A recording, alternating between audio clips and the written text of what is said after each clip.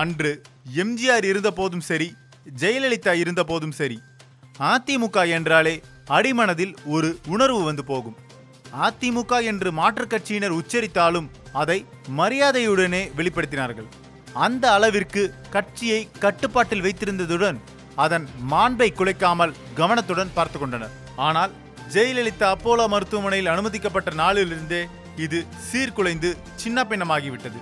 ஒரு முதலமைச்சர் எப்படி இருந்தார் என்று கூட இதுவரை இந்த நாட்டிற்கு தெரியாமல் இருப்பதே அந்த கட்சிக்கு முதல் பலவீனம். அமைச்சர்களின் ஊழல்களும் ரெய்டுகளும் அடுத்த பலவீனம். வாயை திறந்தாலே அமைச்சர்களின் உளறல்களை கொட்டி தீர்ப்பது இன்னொரு பலவீனம்.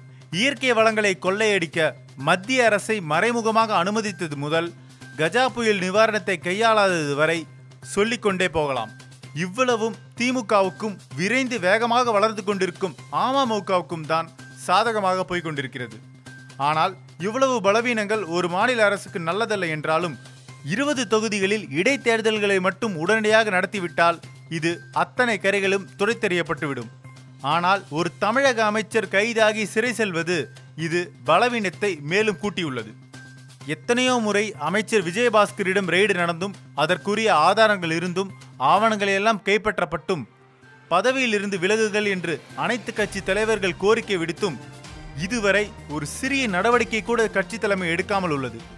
இந்நிலையில் என்றைக்கோ நடந்த ஒரு சம்பவத்துக்காக பாலகிருஷ்ண ரெட்டி சிறை சென்றதை அரசு அமைதியாகத்தான் வேடிக்கை பார்க்க முடிந்தது.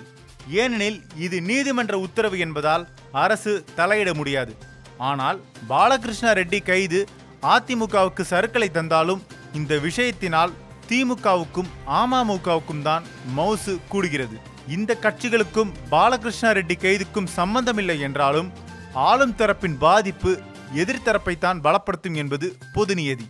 ஒரு பக்கம் மைனாரிட்டி என்ற சிக்கலுக்குள் அதிமுக நுழைகிறது. இருக்கும் கெட்ட பெயருடன் மேலும் மற்றொன்றும் சேர்கிறது. ஏப்ரல் மாதம் வரை அரசுக்கு சிக்கல் இல்லை என்றாலும் பாலகிருஷ்ண ரெட்டியின் பதவி காலியானது அதிமுகவுக்கு பேரிழப்புதான். இடைத்தேர்தலை தள்ளி வைத்ததில் அதிமுகவுக்கு தான் அதிக பங்கு இருக்கிறது என்ற பேச்சு நேற்றிலிருந்தே பரபரப்பாக எழுந்த நிலையில் பாலகிருஷ்ண ரெட்டி கைதும் சேர்ந்து கொண்டதால் அதிமுக மீது அன்றிருந்த நல்லெண்ணம் இன்று காணாமல் போய் கொண்டிருக்கிறது. இதனால் நேரிடையாகவும் மறைமுகமாகவும் லாபம் அடைவது ஸ்டாலினும் தினகரனும் தான். அதிமுக கூடாரம் காலியாக இவர்கள் இருவரும் சந்தோஷமாக இருக்கிறார்கள்.